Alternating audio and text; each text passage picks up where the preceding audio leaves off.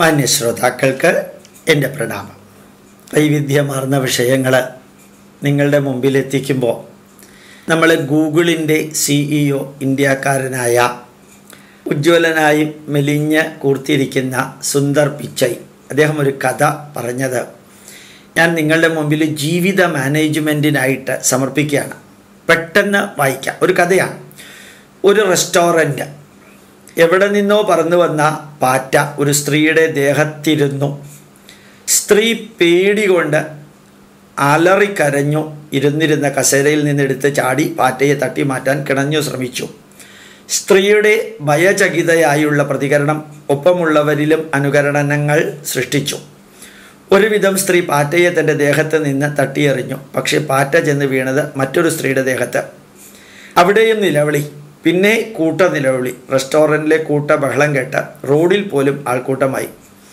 ഇത് കണ്ട വെയിറ്റർ സംഭവ സ്ഥലത്തേക്ക് ഓടി വന്നു. ബഹളത്തിനിടയിൽ പാറ്റ വെയിറ്ററുടെ ദേഹത്തായി. അയാൾ അനങ്ങാതെ നിന്നു. തൻ്റെ ദേഹത്ത് കൂടിയുള്ള പാറ്റയുടെ ചലനങ്ങൾ നിരീക്ഷിച്ചു. മെല്ലെ അതിനെ പിടികൂടി റെസ്റ്റോറൻറ്റിൻ്റെ പുറത്തേക്ക് എറിഞ്ഞു. ഇതെല്ലാം കണ്ട് ചായ കുടിച്ചിരിക്കുകയായിരുന്ന എൻ്റെ ചിന്ത ഈ സംഭവത്തിന് പിന്നാലെയായി. ഈ റെസ്റ്റോറൻറ്റിനെ മൊത്തം ബഹളമയമാക്കാൻ കാരണക്കാർ ആരാണ്? പാറ്റയാണെങ്കിൽ അത് വെയിറ്ററെ ബാധിക്കാത്തത് എന്താണ്? എത്ര ശാന്തതയോടെയാണ് വെയിറ്റർ ഈ സംഭവത്തെ കൈകാര്യം ചെയ്തത്? അപ്പോൾ പാറ്റയല്ല പ്രശ്നം, സംഭവം കൈകാര്യം ചെയ്ത സ്ത്രീകളാണ് സംഭവത്തിന് കാരണക്കാർ. പാറ്റയല്ല, പാറ്റയുണ്ടാക്കിയ ശല്യം മനസ്ഥൈര്യത്തോടെ കൈകാര്യം ചെയ്യാനാകാത്ത സ്ത്രീകളുടെ മനോഭാവമാണ് പ്രശ്നം.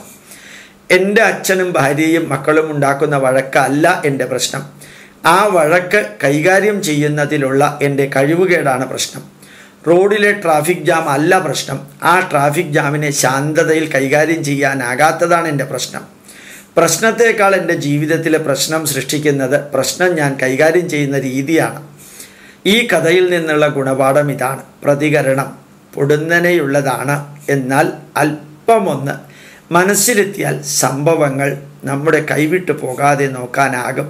സ്ത്രീ ബഹളം കൂട്ടി പാറ്റയെ തട്ടിമാറ്റാൻ ശ്രമിച്ചപ്പോൾ റെസ്റ്റോറൻറ്റ് ബഹളമയമായി. വെയിറ്റർ പാറ്റയെ ശാന്തതയോടെ പിടിച്ചപ്പോൾ റെസ്റ്റോറൻറ്റ് ശാന്തമായി. ജീവിതത്തെ ഇതിലും മനോഹരമായി മനസ്സിലാക്കാൻ വേറെ ഒരു കഥ വേണോ? എത്ര സുന്ദരമാണ് ജീവിതം.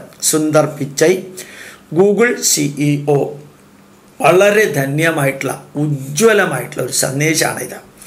ഒരു പാറ്റയോ വെയിറ്ററോ ഹോട്ടലോ ഗൂഗിളിൻ്റെ CEO അല്ല, നമ്മളുടെ ജീവിതമാണ് ഇതിൽ കാണിച്ചിരിക്കുന്നത്. ധന്യമായ ജീവിതം ഏതൊരു കാര്യത്തിലാണെങ്കിലും ശരി. മനസ്സമാധീയതാം, നമ്മുടെ മനസ്സ് സമാധി സ്റ്റെബിലൈസ്ഡ് ആയിട്ടുള്ള വിശുദ്ധത്തിൽ നിൽക്കട്ടെ. മനസ്സമാധീയതാം എന്ന് ഒരാൾ പറയുമ്പോൾ മറ്റെല്ലാവരും കൂടി പറയുന്നൊരു മന്ത്രമുണ്ട്. സമാഹിത മനസ്സസ്മഹ. ഞങ്ങളുടെ മനസ്സെല്ലാവരുടെയും സ്റ്റെബിലൈസ്ഡ് ആണ്. പ്രസീദന്തു ഭവന്തഃ. നിങ്ങളെല്ലാം ചിരിച്ച സന്തോഷത്തോടു കൂടി സുസ്മേരവദനരായി നിൽക്കണം എന്നിവിടെയുള്ള ആതിഥേയൻ അതിഥിമാരോട് പറയുകയാണ്. അപ്പോൾ അവർ പറയുന്നു പ്രസന്നാസ്മഹ, ഞങ്ങൾ ചിരിച്ച സന്തോഷത്തോടുകൂടിയാണ് നിൽക്കുന്നത്. ശാന്തിരസ്തു, അങ്ങനെയുള്ള സ്ഥലത്തെ ശാന്തി ഉണ്ടാവുള്ളൂ. പുഷ്ടിരസ്തു, അവിടെയേ സ്റ്റെബിലിറ്റി ഉണ്ടാവുള്ളൂ. തുഷ്ടിരസ്തു, അവിടെയേ സന്തോഷം ഉണ്ടാവുള്ളൂ. ശാന്തിരസ്തു, പുഷ്ടിരസ്തു, തുഷ്ടിരസ്തു. ശുഭം കർമാസ്തു, ഏത് കാര്യങ്ങളും ശുഭകരമായിട്ട് അവിടെയേ പോകുള്ളൂ. കർമ്മസമൃദ്ധിരസ്തു, അവിടെ മാത്രമേ സമൃദ്ധമായി കർമ്മമുണ്ടാവുകയുള്ളൂ. അപ്പോൾ മനസ്സമാധീയതാം, സമാഹിത മനസ്സസ്മഹ, പ്രസീദന്തു ഭവന്തഃ, പ്രസന്നാസ്മഹ, ശാന്തിരസ്തു, പുഷ്ടിരസ്തു, തുഷ്ടിരസ്തു, ശുഭം കർമാസ്തു, കർമ്മസമൃദ്ധിരസ്തു, പ്രജാപതി പ്രിയതാം. അങ്ങനെയുള്ള സ്ഥലത്താണ് ഈശ്വരാനുഗ്രഹം ഉണ്ടാവുന്നത്. പ്രിയതാം പ്രജാപതി എന്ന് പറഞ്ഞ് ശുദ്ധമായൊരു അന്തരീക്ഷത്തിലേക്ക് നമ്മൾ പോകുന്നത് എങ്ങനെ പ്രതികരിക്കണം, പഠിക്കണം, പഠിപ്പിക്കണം, പ്രചരിപ്പിക്കണം, പ്രവർത്തിക്കണം.